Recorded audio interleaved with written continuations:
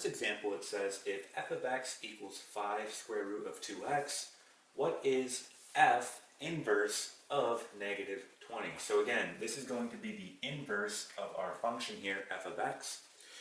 So what we need to do here is first find the inverse of our function.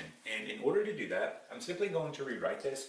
We know that f of x is really just y. So I'm going to write y equals 5 square root of 2x.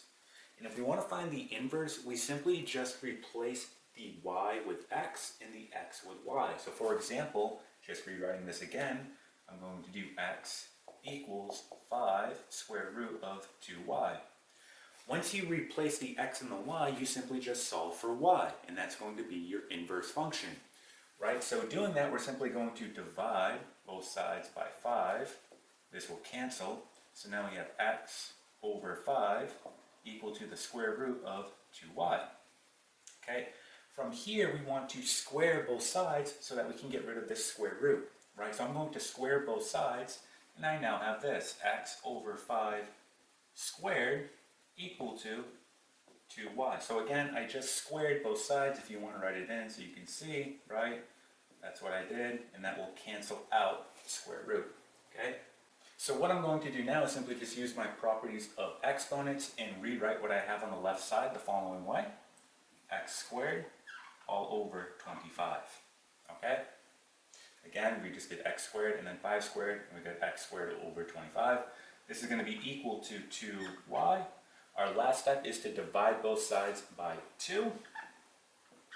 In doing that, we're going to get y equals, and we get x squared all over 50.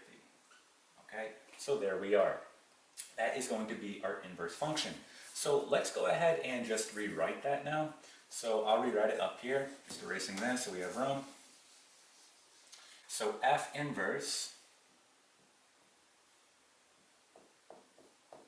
is going to be x squared all over 50. And now we can go ahead and solve the problem. It says f inverse of negative 20. So f inverse of negative 20. So just plugging that in wherever I see an x, so I get negative 20 squared all over 50, right? So f inverse of negative 20 is going to be equal to 400 divided by 50, right? And again, the zeros will cancel. We can see that 40 divided by 5 is going to give us 8. So f inverse of negative 20 is going to be equal to 8. This is going to be our final answer. Okay, and that is it.